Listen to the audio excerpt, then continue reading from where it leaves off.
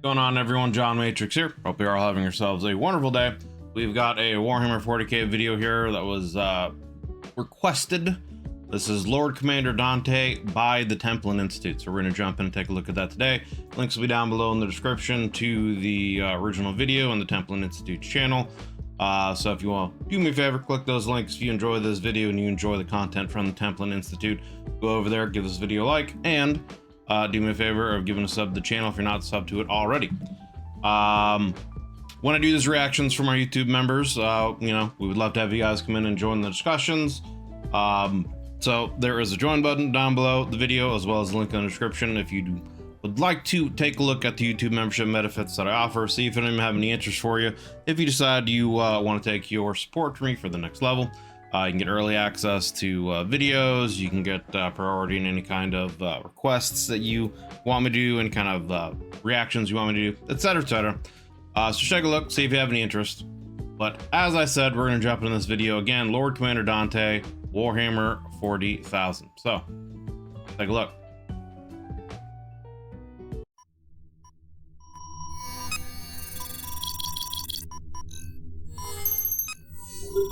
So I don't really know much about Commander Dante. He's, you know, a Blood Angel. I don't know if he was second in command at one point in time in Sanguinius during the Horus Heresy.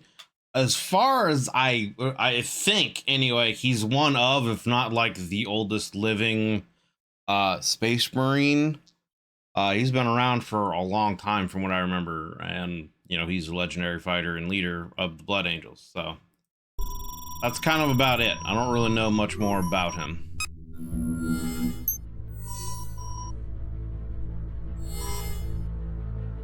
Didn't even get to read that. Dante, Lord of Angels, Lord Commander, Blood Angels Chapter, Ball Secundus, Imperium of Man, status alive. Lord Commander of the Night's Watch. Dante knows nothing. Of the countless trillions of souls that make up the Imperium of Man, most will never see a Space Marine of the Adeptus Astartes in their lifetime. True. And they might count themselves lucky to be spared the type of carnage that would compel those superhuman warriors to battle. Yet, the presence of the Astartes can still be felt in a multitude of ways, and foremost in the legends that surround them. To the Imperium, they are angels of death, far... Yeah, I've always kind of felt like the Astartes were meant to also be something like, aside from, you know, being the great capable warriors that they are, and, you know, tools for the Emperor to wage the war and go out and secure the galaxy for humanity. I've also always kind of felt that they were something that the Emperor wanted, you know, regular normal humans to kind of like aspire to be, you know, the kind of strength of, you know, character and will or whatever that most of them have, just as then, you know, the Primarchs were also kind of something for the Astartes to kind of try to aspire to. But I don't know, that's just my thoughts and opinions. So are removed from the trivial concerns of mortal men. They are nothing less than demigods, reflections of the Emperor himself. Yet for all the myths and worship that surrounds them, the Astartes at their core remain human. While many among their number have come to deny this, they are no less vulnerable to the dangers of the universe. Yeah, and I mean, that's also something that I also find interesting. It depends on the Astartes and their factions, like the Salamanders, for example, are very much known for going out of their way to protect normal civilians, and will essentially put themselves in harm's way and or potentially give up favorable tactical advantages if civilians or, you know, normal guardsmen, etc., potentially are in danger. They will, you know, put themselves in harm's way to help them. Whereas other Astartes don't really care for normal humans and see them separate and greater than. So it's a pretty interesting spread of thoughts that Astartes have towards, you know, normal humanity. A lucky shot may pierce their powered armor. A festering wound might overcome their enhanced biology. Their strength can be bested, and their souls can be corrupted. True. At times throughout the centuries, however, opportunities present themselves in which the finest warriors of the Adeptus Astartes might not only rise to their mythic reputation, but exceed it.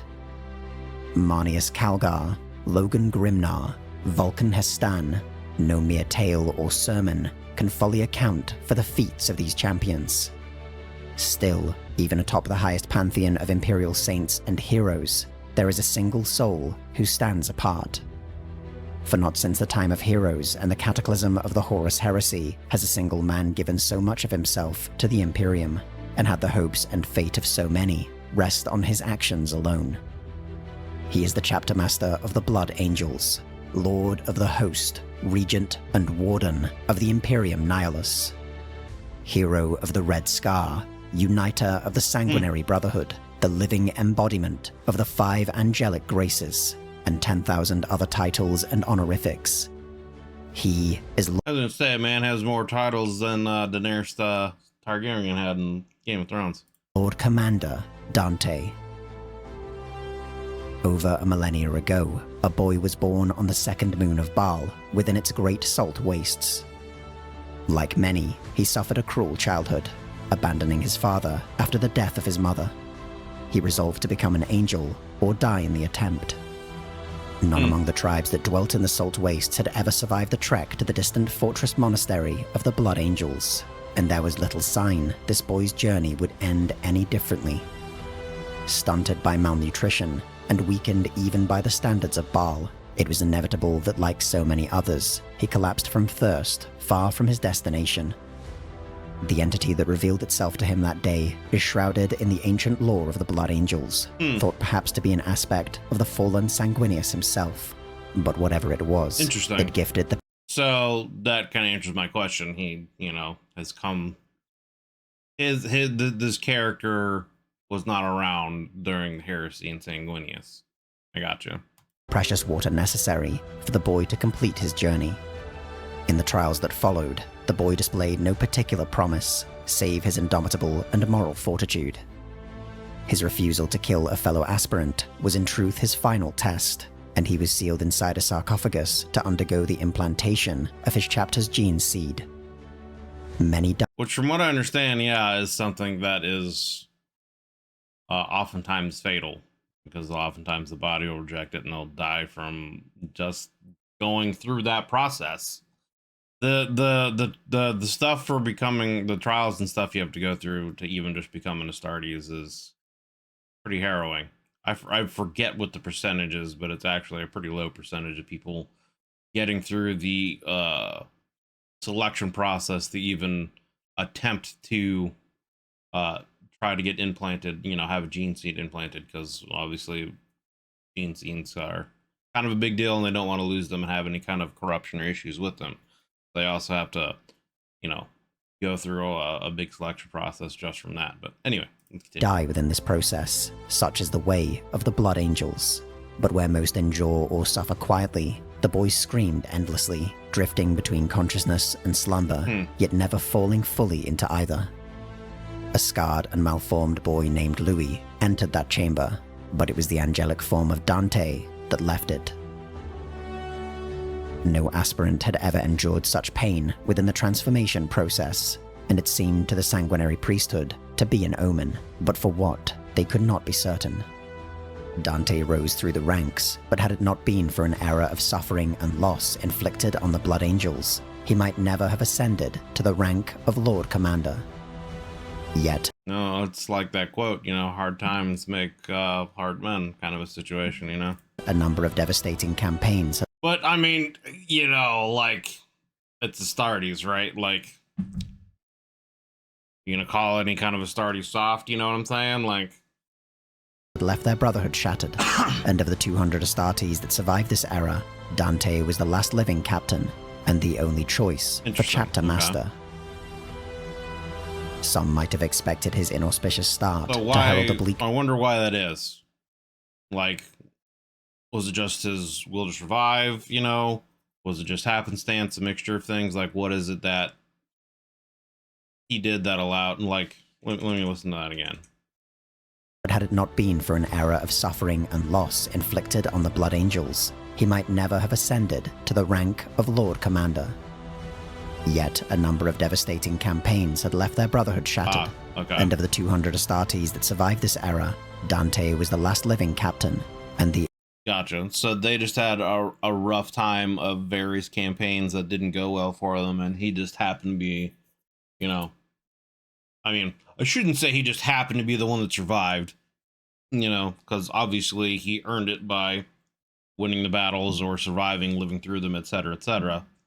So it's kind of interesting, though. It almost sounds like by default, like he was the only captain left alive, so he just became the chapter master or whatever. It almost kind of sounds like he didn't really deserve it.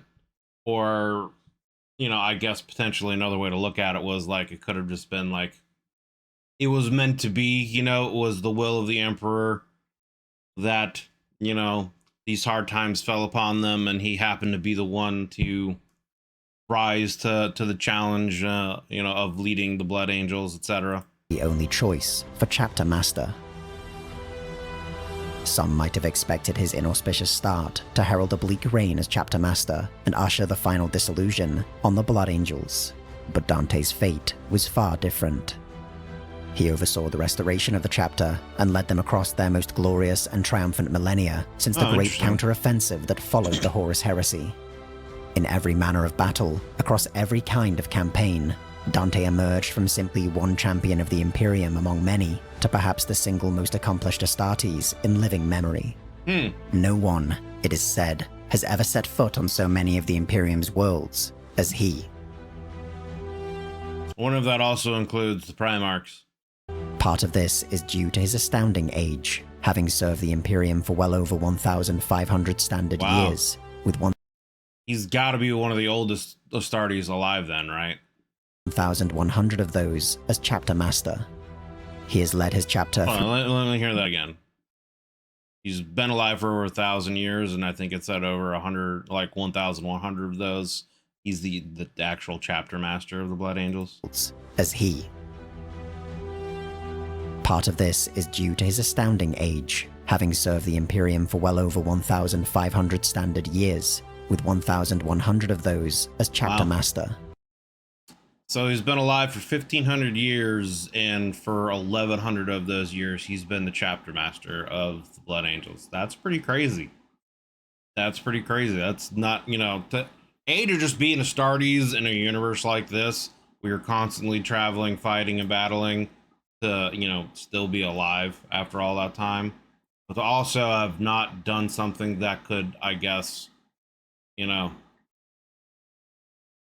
cause you to be demoted, supplanted, you know, someone else to take the reins from you, and just again, just to be healthy enough to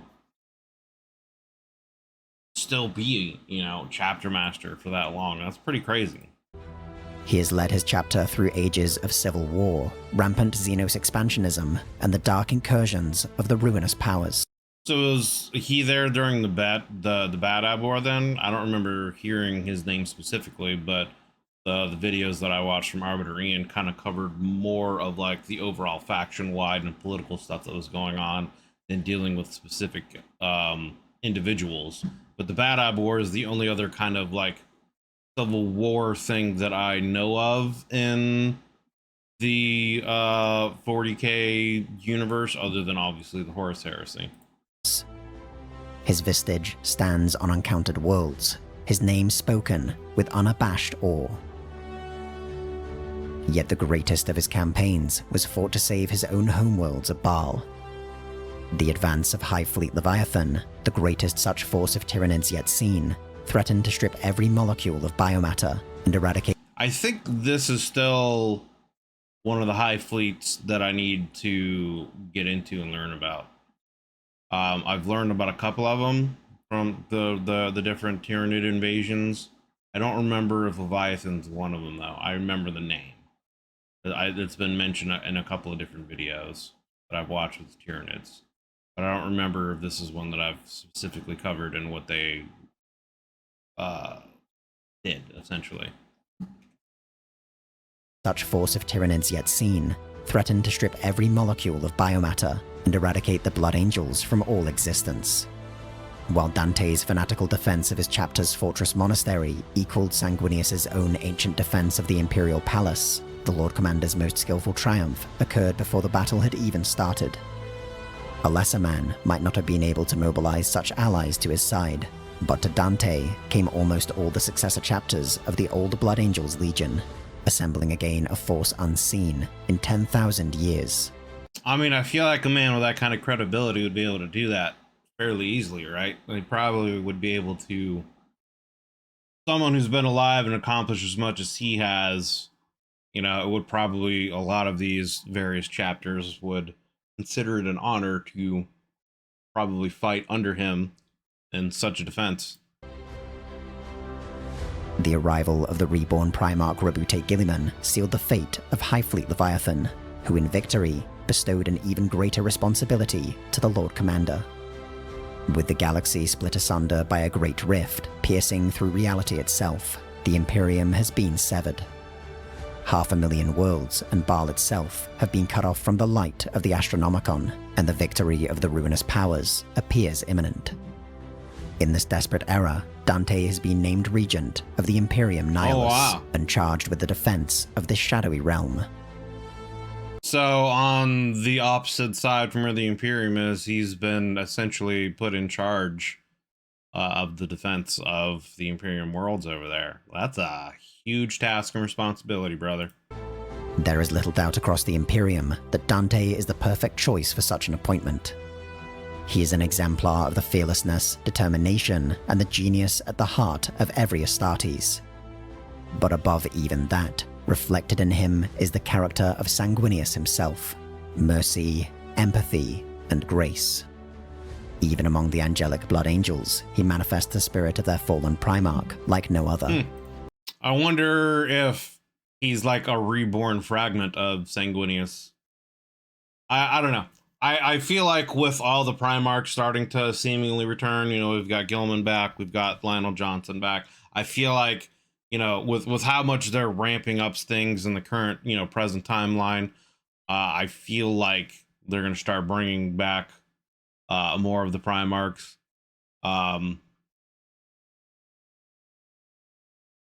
So yeah, I don't know. It'd just be interesting to see, because like I had wondered that too about with Saint Celestine, if Saint Celestine was somehow kind of a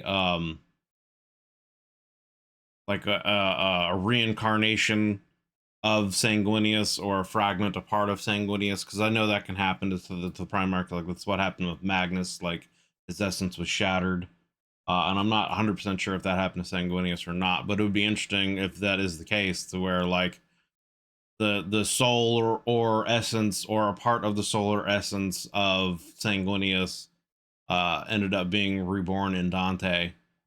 And, you know, that's why he is such an exemplar of the Blood Angels. But so long has he lived, and so great his accomplishments, that now even Dante has been lost in his own legend.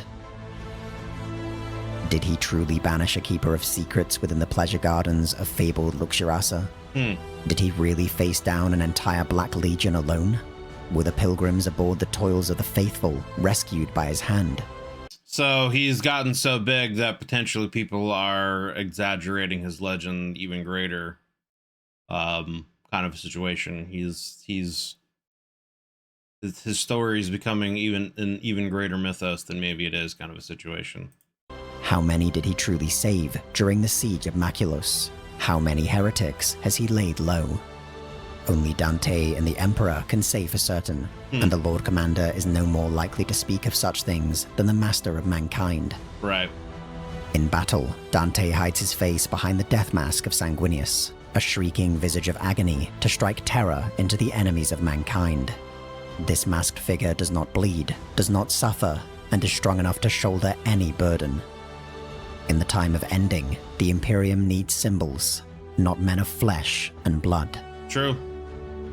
And yet, in the rare instances in which this mask is removed, the figure beneath is not the man who first emerged from that sarcophagus a millennia ago. His golden hair has turned long and white. His skin is lined by tracks of weariness and age. He is old now, and his weary eyes reflect lifetime after lifetime of carnage and sacrifice. Only one thing prevents him from succumbing to time. In life, the Primarch Sanguinius is said to have seen visions of the future. 99 scrolls are interred deep within the vaults of Marest, in the Librarium on Baal, and in them, Dante has glimpsed his destiny. Sanguinius foresaw a battle to overshadow all others, and that when all hope had faded, a golden warrior would stand between the Emperor of mankind and his destruction. Most interpret this to refer to Sanguinius' own stand against Horus, but Dante believes that golden figure to be himself, and a day is drawing closer when the defense of the Emperor will rest on him alone. This belief is perhaps shared, for the great enemy has its own prophecies. They warn the followers of the dark gods of the final flight of the dead angel's host, of the last archangel. They fear a death that soars.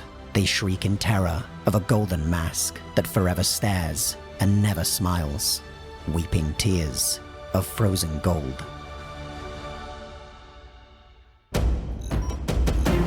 I mean, having a, like, true belief in something that strong, honestly, it could be enough to essentially, you know, push you to those greater heights, to believe that, you know, if your destiny is to truly be this warrior that will be there at essentially the last great battle, end all battles, you know, and save the Emperor, then obviously your fate is that you will never die, etc., etc.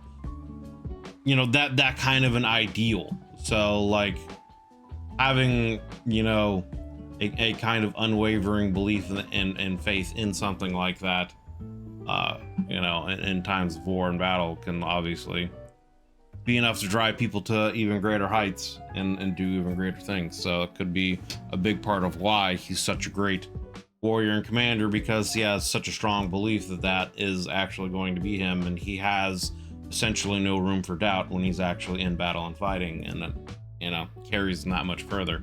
But a very interesting character. I want to do kind of more of a deeper dive on him and learn more about Commander Dante and a lot of his accomplishments, because it sounds like he's done a lot. And I mean, for essentially a normal Astartes, quote unquote, you know, he's not a Primaris, he's not a Custodes, he's not a Primarch.